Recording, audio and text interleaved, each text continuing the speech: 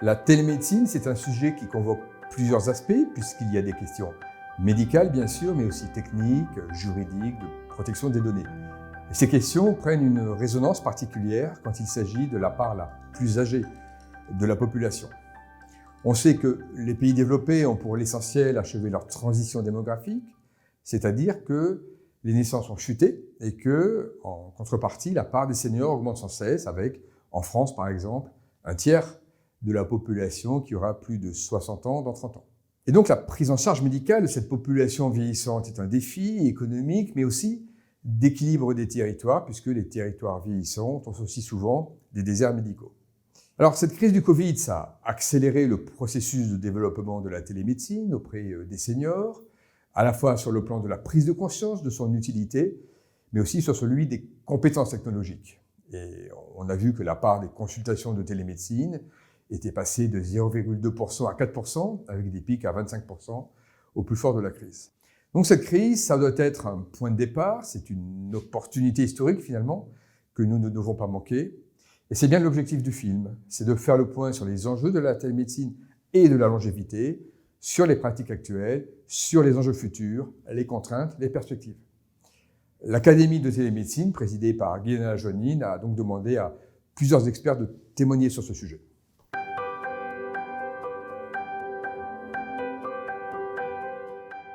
Je m'appelle Mélissa Asli-Petit, je suis docteure en sociologie sur la thématique du vieillissement et de la silver economy. Dans le cadre de Mixing Génération, on réalise des études sur les comportements, les besoins, les attentes des retraités, mais aussi à un autre niveau, plus méso, on s'intéresse à des problématiques pour les institutions, voire les collectivités territoriales. Et puis, il y a aussi parfois l'intérêt d'aller comprendre les tendances de demain sur la question de la longévité. Je suis Nicolas Menet, le directeur général de Silver Valley, qui est un regroupement d'acteurs de la silver economy, public et privé. C'est aujourd'hui 4000 professionnels de la longévité, 9000 personnes âgées entre 60 et 90 ans. Bonjour, moi je suis Jérôme Pigné, je dirige la société OnMedio. On est l'éditeur du portail national de la silver economy, silvereco.fr, qui est le porte-voix de tout ce qui se fait dans le domaine de la silver economy, et parmi l'ensemble des larges champs qui sont couverts, bien évidemment, celui de la télémédecine est primordial.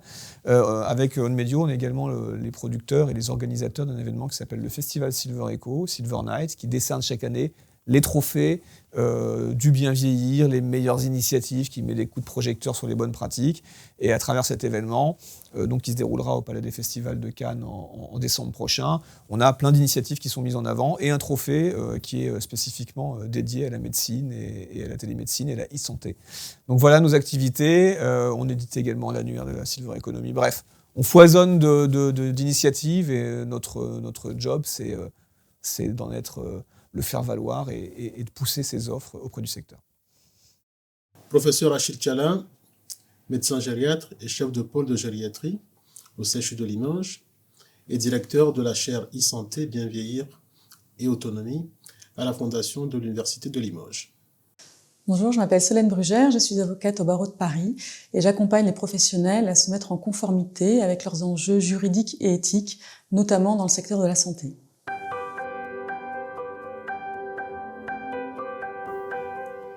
Bonjour à toutes et à tous. Vous m'avez posé la question « Pouvez-vous me faire un bref état des lieux ?» Mon confrère, le président de l'Académie des sciences morales et politiques, le professeur André Vacheron, a fait venir un ami pour une communication sur le vieillissement, l'éminent professeur Jean-Pierre Michel de l'Académie nationale de médecine. À noter que le nombre de plus de 65 ans, en 50, 128 millions, en 2020, 127 millions. Et aujourd'hui, vous savez combien il y en aura en 2050 ? 1,748 milliard. Il va falloir s'adapter. Le vieillissement rapide des populations est lié à deux phénomènes démographiques. L'augmentation de la longévité, qui est le vieillissement par le haut, et la baisse de la natalité, qui est le vieillissement par le bas. En France, l'espérance de vie à la naissance, les deux sexes confondus, est passée de 67 ans en 50 à 83 en 2020. Et elle devrait atteindre 87 ans en 2050. Chouette. En parallèle, Le taux de fertilité qui était de 2,7 par femme s'est réduit à 2 aujourd'hui. Il devrait rester stable à 1,95 jusqu'en 2050. En 2018, en France, le pourcentage des adultes de plus de 65 ans était de 20%. Les quadragénaires d'aujourd'hui n'ont pas encore parfaitement perçu qu'ils constitueront la population française âgée de demain et qu'a priori leur espérance de vie à la naissance sera encore allongée, plus 0,8 et 6,6 années pour les hommes et les femmes. Mais aussi à 65 ans, plus 5,4 et 4,1 années pour les hommes et les femmes. Ces années de vie doivent se préparer. Et le travail du vieillir, commencer plus tôt dans la vie afin d'assurer une avancée en âge indépendante, j'allais dire royale.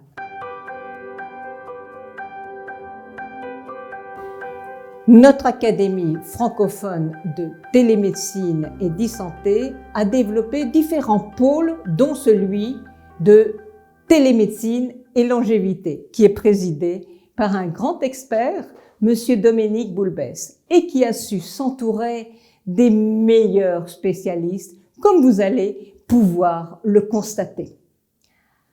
Alors, qu'est-ce qu'une académie ? Notre Académie francophone de télémédecine et d'e-santé rassemble dans un esprit de convivence qu'elle partage des capacités de chacun au bénéfice de tous dans une cohabitation harmonieuse, un intérêt commun, interculturel et intergénérationnel. Et naturellement, de grands professionnels, praticiens, expérimentés, reconnus dans le domaine de la télémédecine, organisés en task force. Ils donnent leurs avis, font des recommandations et mettent leurs expertises spécifiques à la disposition des instances officielles. Ils œuvrent à faire mieux connaître et valoriser la télémédecine et à initier des événements qui faciliteront son déploiement et contribueront à son rayonnement. La télémédecine est entrée dans notre dispositif français depuis la loi HPST du 21 juillet 2019. Elle reprend la définition donnée par l'Organisation mondiale de la santé et elle est régie par les articles L6316-1 et R6316-1 du Code de la santé publique. C'est une forme de pratique médicale qui permet de réaliser des actes de santé à distance en mettant en relation des professionnels de santé, des patientes et des patients, afin d'assurer des actes de diagnostic, de prévention, de suivi des pathologies, notamment pour les personnes âgées, et ce, sur l'ensemble du territoire. Comment définir la télémédecine ? Je dirais simplement que la télémédecine est une pratique médicale à distance. Cette pratique médicale à distance, selon le Code de santé publique, peut comporter 5 actes. La téléconsultation, la téléexpertise, la téléassistance médicale, la télésurveillance médicale et la régulation, c'est ce qu'on appelle un peu la télérégulation qui est faite par le Centre 15. Ces 5 actes de télémédecine sont définis donc selon le Code de santé publique. Et donc pour vous expliquer simplement ces 5 actes, par exemple, la téléconsultation consiste à avoir en face, bien sûr à distance, d'un côté un médecin, donc qui est plutôt requis, et de l'autre côté, vous avez plutôt un patient, donc qui est plutôt requérant. Et donc, vous avez là une consultation qui se déroule à distance. On peut le comparer à la téléconsultation qui est faite souvent dans des cadres de pathologie chronique, mais cet acte de téléconsultation met forcément en lien un médecin d'un côté et de l'autre côté un patient. La téléexpertise, vous avez dans ce cas-là plutôt 2 professionnels de santé. D'un côté, vous avez un médecin par exemple qui donne une expertise à un autre médecin qui sollicite une expertise. Et dans ce cas-là, vous n'avez pas de patient donc directement en lien avec le professionnel de santé. La troisième configuration, c'est la télésurveillance médicale, par exemple chez les patients diabétiques ou des patients avec des pathologies chroniques. On peut télésurveiller certains paramètres à domicile pour optimiser leur surveillance, donc c'est-à-dire le suivi de leur pathologie chronique à domicile. Et vous avez, comme je vous l'ai dit tout à l'heure, la téléassistance médicale qui peut consister aussi à venir en aide à un autre professionnel à distance dans le cadre, par exemple, d'un acte technique, une ponction lombaire, une ponction pleurale, où le médecin ou le professionnel de santé peut être assisté à distance. Et le 5e acte, c'est plutôt de la régulation. C'est ce qui est fait par le centre 15, qui consiste à réguler des admissions vers l'hôpital ou vers des centres de soins, donc à distance, en triant ou en sélectionnant des profils nécessitant une hospitalisation ou un accès à l'hôpital. C'est de la régulation ville-hôpital. Les enjeux de la télémédecine, si je devais les aborder, moi je les verrais à plusieurs niveaux. D'abord sur le plan de la santé publique, la télémédecine est un moyen qui permet à la majeure partie de la population d'avoir accès aux soins. Et surtout dans les territoires à faible densité médicale, la télémédecine est un enjeu d'accès aux soins et qui permet d'avoir, pour beaucoup de territoires, une certaine égalité dans l'accès aux soins. Sur le plan individuel, la télémédecine permet, dans beaucoup de situations, de faire de la prévention. Et cette télémédecine vient en complément à la médecine classique, dite présentielle. La télémédecine ne vient pas remplacer la médecine présentielle, où on a le patient en face, mais la télémédecine vient compléter donc la médecine en présentiel pour faire en sorte que la prise en charge de nos personnes âgées, je vais parler de la personne âgée, soit la plus optimale possible.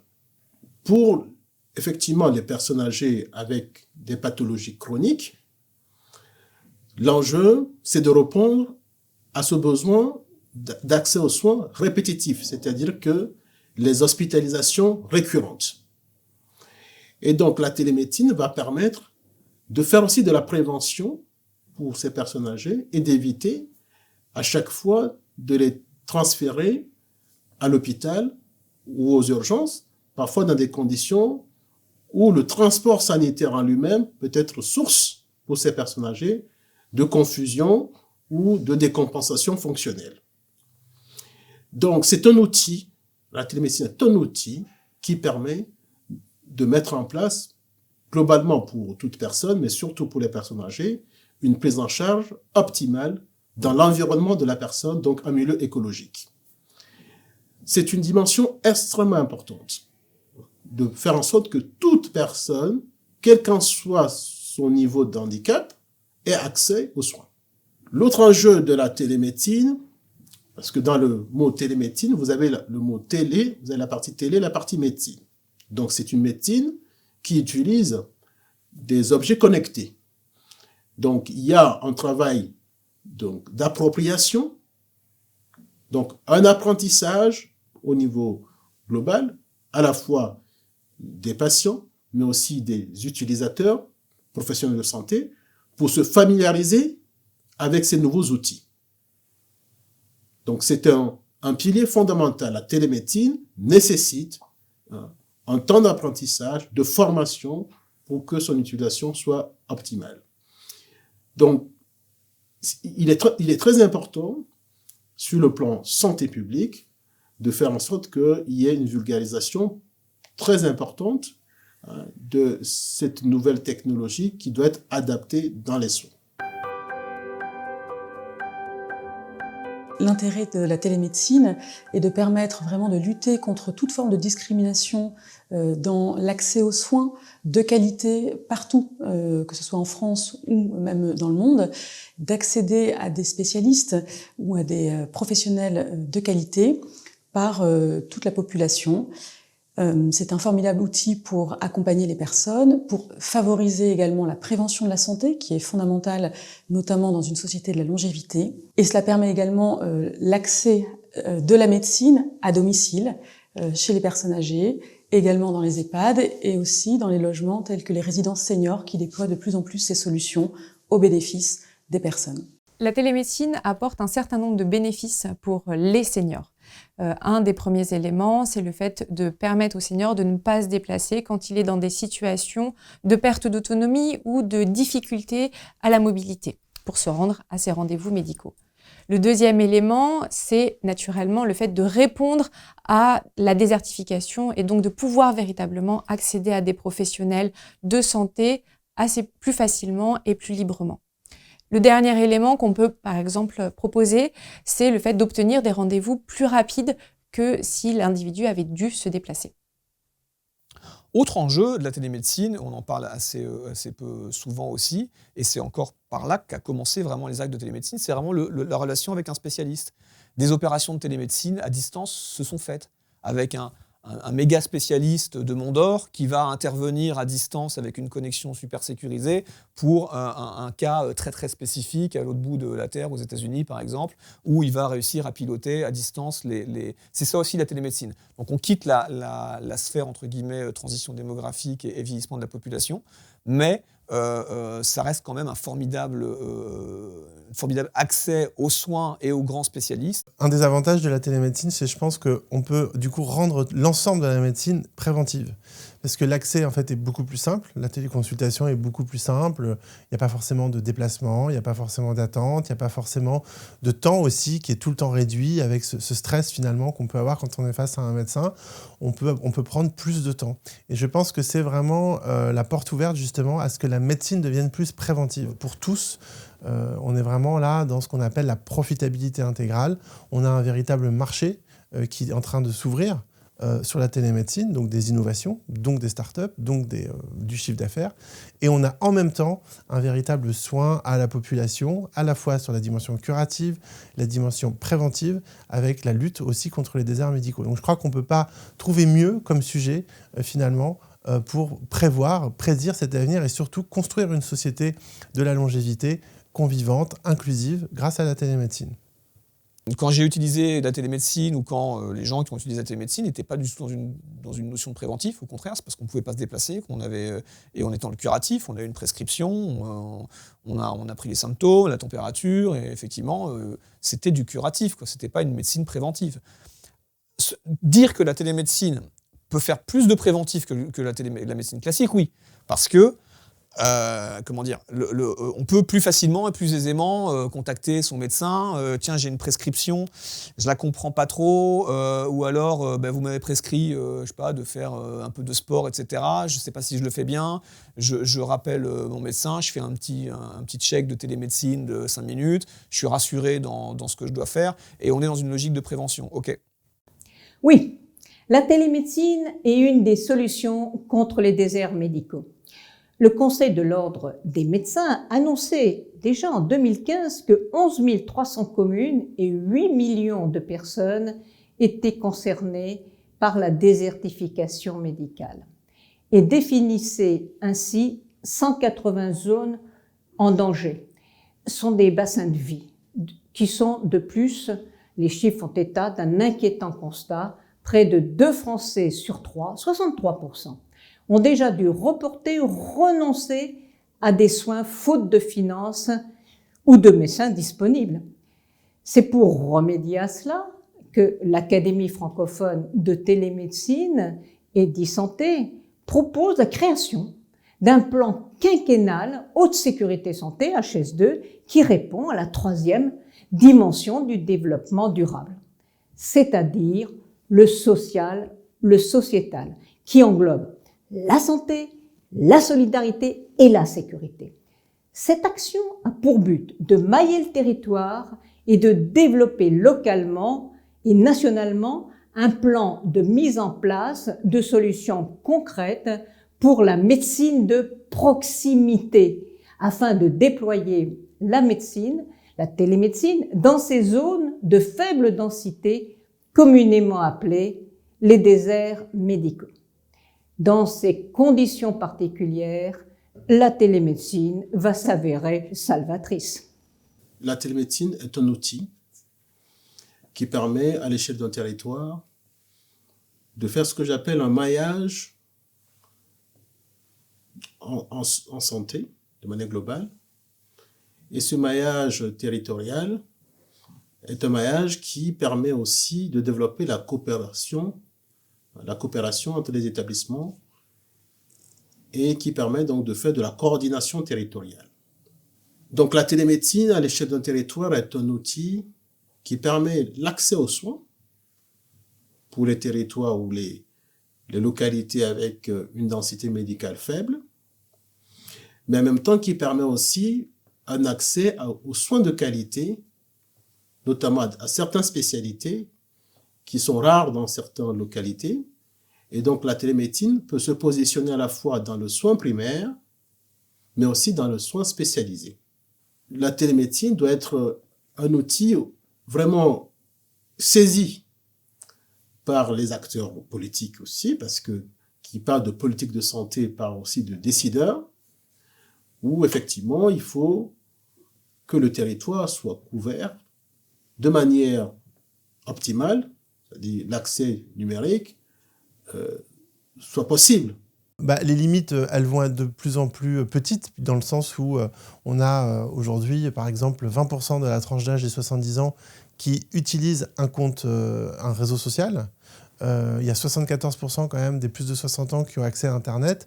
Donc effectivement, on voit bien que la limite pourrait être le recours à la technologie. Mais sur 16 millions de personnes de plus de 60 ans, on a 4 millions d'exclus du numérique. Ce qui fait quand même qu'on a 12 millions de personnes qui sont en capacité.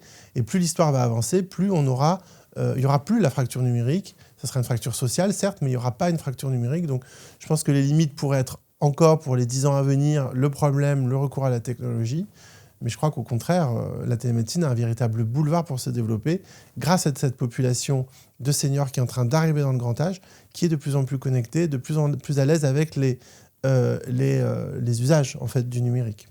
Aujourd'hui, les retraités veulent vivre dans des habitats différents. C'est-à-dire qu'ils ne veulent pas toujours vivre tout à domicile ou tout en établissement. Il y a une multiplication des habitats alternatifs, comme on les appelle. Et aujourd'hui, il y a une nouveauté, qui date quand même depuis 2017-2018, qui est ce qu'on appelle l'EHPAD hors les murs ou l'EHPAD plateforme ou l'EHPAD du futur. Les noms ont évolué au fur et à mesure du temps.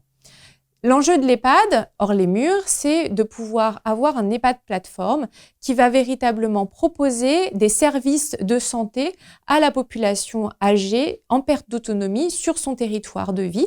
Les personnes, à ce moment-là, vivent encore au domicile.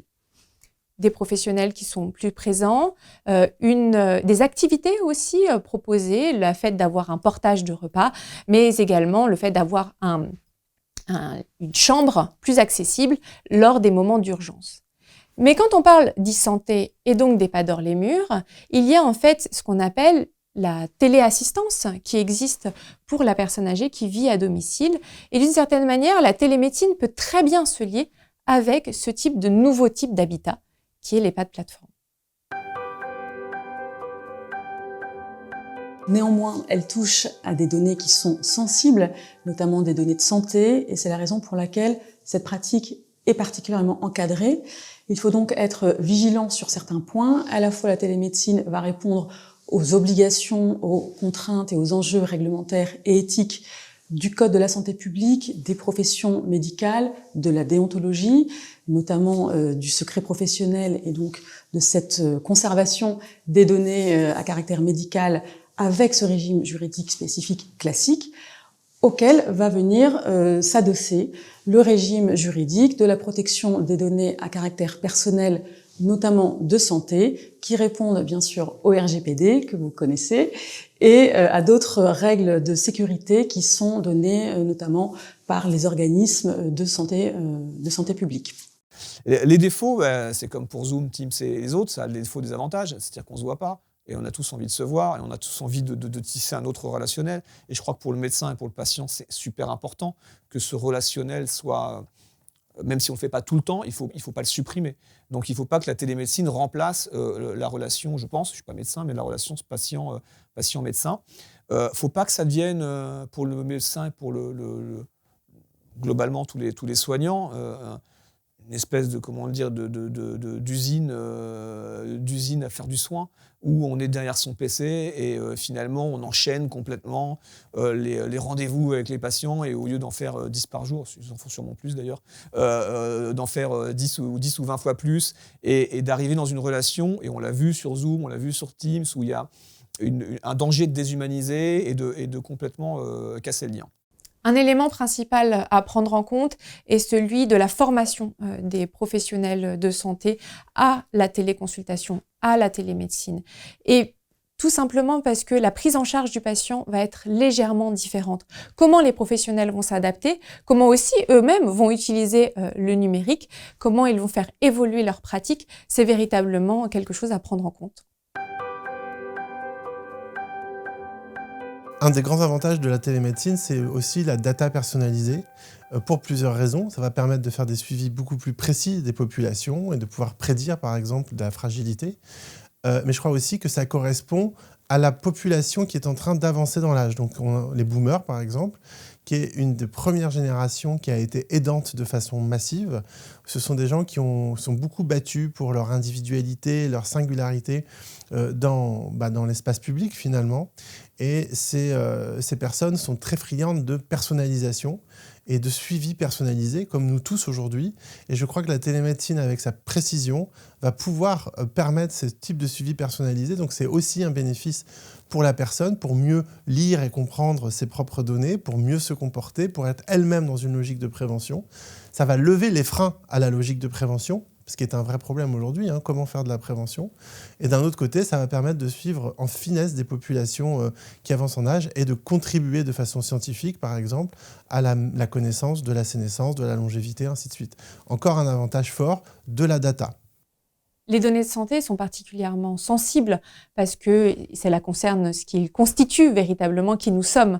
Et donc on peut avoir peut-être des craintes sur est-ce qu'elles seront vendues, à qui, pourquoi.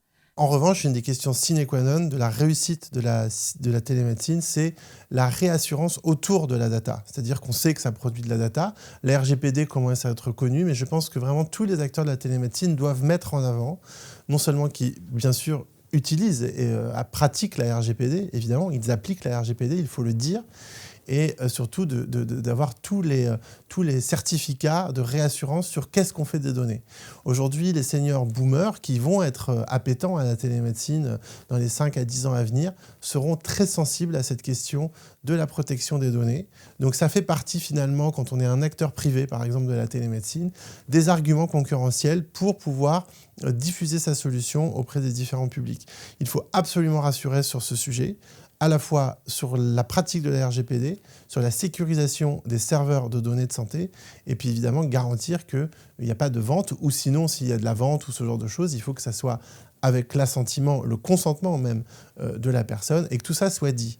Sans rentrer dans les détails, les grandes règles à avoir à l'esprit de manière prioritaire sont les règles afférentes au recueil du consentement, le cas échéant, à l'information également préalable des patients et des patientes, à la sécurisation des données de manière physique et technologique. Également, il y a un point de vigilance particulier sur le stockage, les lieux de conservation, la durée de conservation des données pour répondre aux prescriptions des textes. Parmi les points d'attention particuliers, il est important de confier les données de santé à des prestataires de qualité qui répondent à toutes les exigences de sécurité pour protéger au maximum les données de santé qui sont sensibles. Ainsi, pour pouvoir héberger des données de santé, il faut avoir la qualité d'hébergeur de données de santé et répondre aux exigences pour pouvoir présenter les meilleures garanties de sécurité et de protection de ces informations très confidentielles. Compte tenu des enjeux juridiques et éthiques, la CNIL, depuis l'année dernière, a fait de la protection des données de santé l'un de ses 3 objectifs prioritaires qui peuvent donner lieu à des contrôles et des surveillances, notamment des professionnels de santé.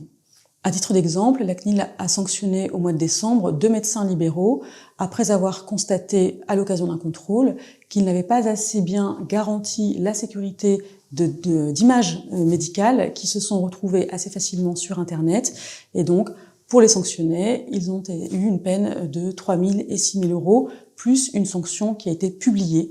Et donc là aussi, c'est peut-être un risque réputationnel important à avoir à l'esprit. Je peux vous partager un retour d'expérience récent en matière de stockage et de sauvegarde des données. Vous avez peut-être entendu parler du sinistre de l'incendie qui est survenu dans un des data centers d'OVH, qui est pourtant l'un des leaders en matière d'hébergement de données, notamment de données de santé. Eh bien, de manière très concrète, très pratique, il y a eu des professionnels de santé qui n'ont pas pu avoir accès aux données pendant plus d'un mois. Et donc, ça a eu des incidences très concrètes sur le quotidien, sur le suivi, l'accompagnement des personnes.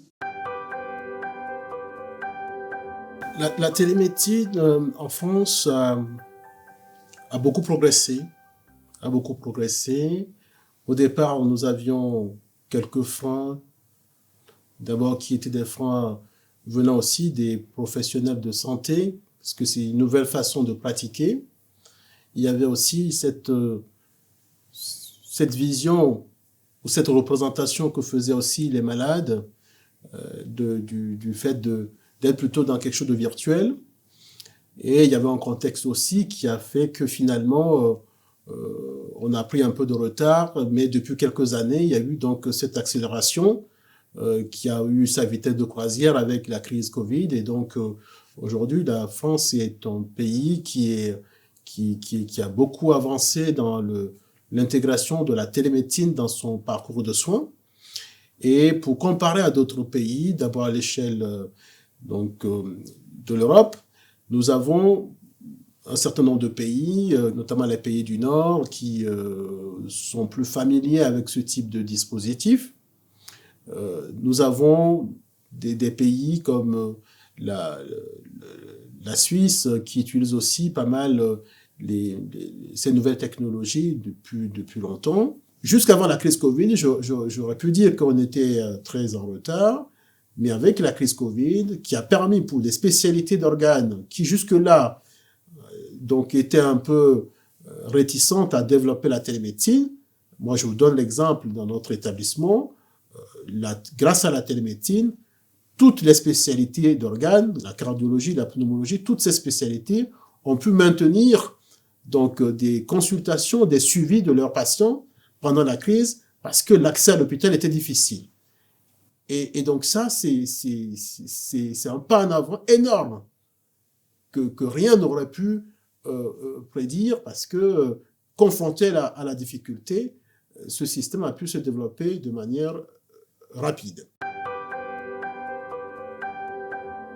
Je crois qu'il y a vraiment un triple sujet sur l'avenir de la télémédecine. D'abord les soignants, les médecins généralistes ne sont pas toujours les plus connectés, contrairement à ce qu'on peut penser. J'espère qu'ils vont s'y mettre réellement et qu'on va les pousser à le faire aussi. Donc c'est quand même le premier maillon, donc les soignants. Quand je parle des trois apports, c'est les médecins et bien sûr les infirmiers, infirmières aussi, ce type de personnel soignant. Et également sur la population des seniors. Donc là, il y a deux possibilités. La première possibilité, c'est l'augmentation des compétences numériques. Et là, le Covid a énormément apporté. On a gagné 5 ans de compétences numériques. Donc il va y avoir une acceptabilité beaucoup plus forte de la technologie. Et de l'autre côté, c'est le fait que les personnes qui sont exclues du numérique, là on n'est plus sur une fracture sociale, puisque les 4 millions d'exclus du numérique, selon les petits frères des pauvres, on parle plutôt de gens qui sont dans des situations de fragilité, de précarité. Alors il y en aura toujours, mais on peut imaginer, espérer que justement les personnes les plus exclues de la société se digitalisent de plus en plus et puissent avoir accès à ce genre de choses.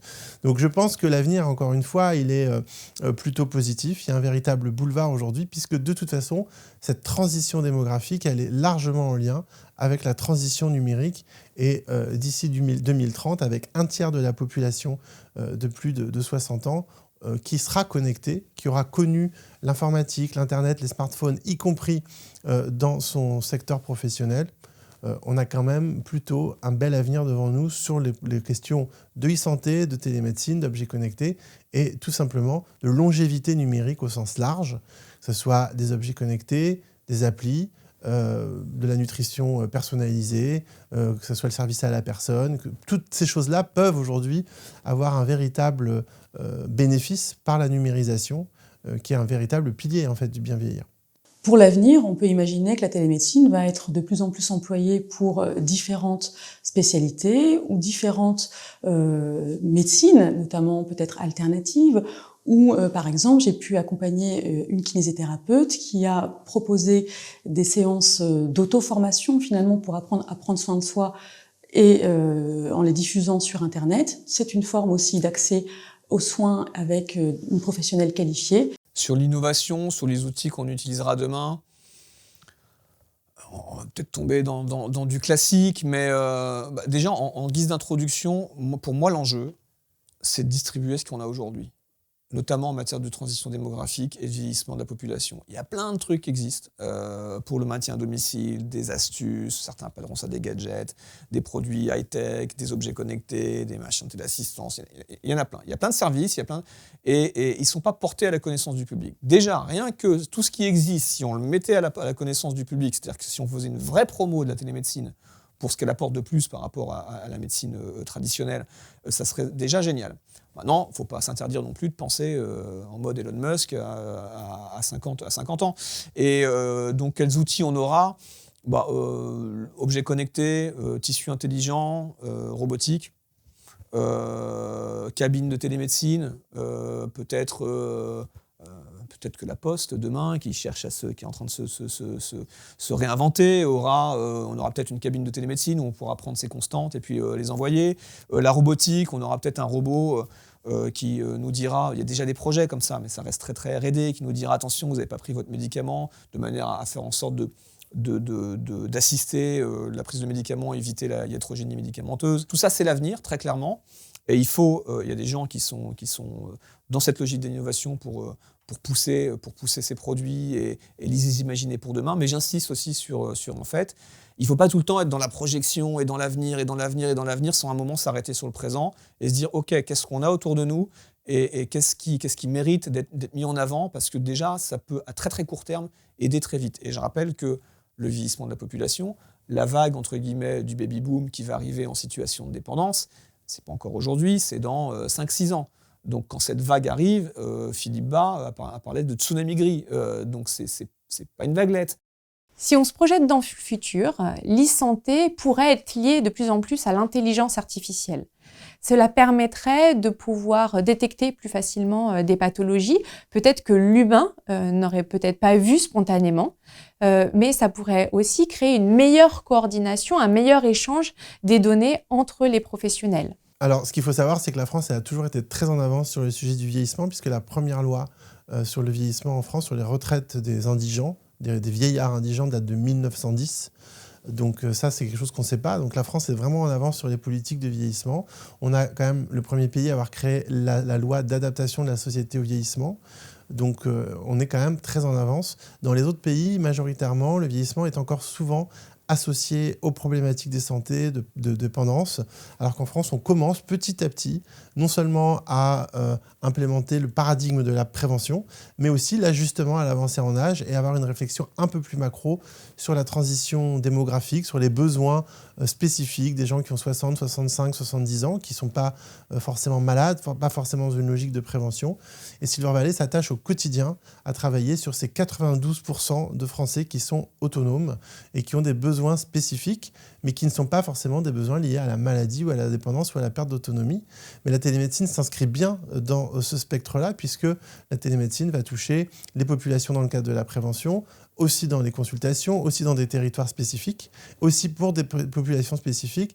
Donc la force de la télémédecine, justement, par rapport à la Silver Economy, c'est qu'elle peut couvrir l'ensemble du spectre de la Silver Economy, à savoir les problématiques d'ajustement à l'avancée en âge, les problématiques de prévention et les problématiques médico-sociales et sanitaires. Donc la télémédecine est un des rares secteurs qui couvre l'ensemble du spectre de la Silver Economy, encore une des forces justement des recherches et des propositions innovantes qui sont faites dans ce sens-là. Les nouvelles technologies ont révolutionné la médecine. Demain, c'est l'ensemble de l'écosystème médical qui va l'être dans l'intérêt des populations et de ses soignants, quels que soient les pays, et cela dans une économie maîtrisée. La santé, censée être un droit universel, le deviendra-t-elle vraiment dans les années à venir grâce au Big Bang de la crise sanitaire actuelle et son lot de souffrances. Et cette transition démographique qui engendre cette nouvelle société du vieillissement, y saurons-nous faire face et nous adapter en conséquence et innover valablement? Une certitude, préparons-nous à vivre une mutation inédite des pratiques médicales, ce qui a déjà commencé il y a plus de 30 ans. Demain, avec l'aide des nouvelles technologies, de l'intelligence artificielle, c'est le médecin qui prendra rendez-vous avec son patient et les datas, les données de son patient l'informeront avant de le recevoir en présentiel. Soyons humbles. Il nous reste tant à apprendre, à créer, à inventer pour nos aînés, que nous sommes ou nous serons tous concernés. Au bout du bout, il s'agit de les rendre heureux. Il s'agit de nous rendre heureux. Rappelons-nous ce que disait le fameux professeur Jean Bernard. C'est de l'homme qu'il s'agit. On part de l'essentiel, de la personne qui est le centre du monde. C'est donc de convivence, conjugaison du vivre ensemble et de la bienveillance dont il faut faire preuve pour éviter davantage l'effritement du ciment social, en particulier dans l'intergénérationnel. Et je le répète, convivance, c'est-à-dire le partage des capacités de chacun au bénéfice de tous dans une cohabitation harmonieuse, dans un intérêt commun interculturel et intergénérationnel. Les mots de la fin, eh bien, la période que nous traversons nous incite à rappeler le sous-titre du soulier de satin. Le pire n'est pas toujours sûr.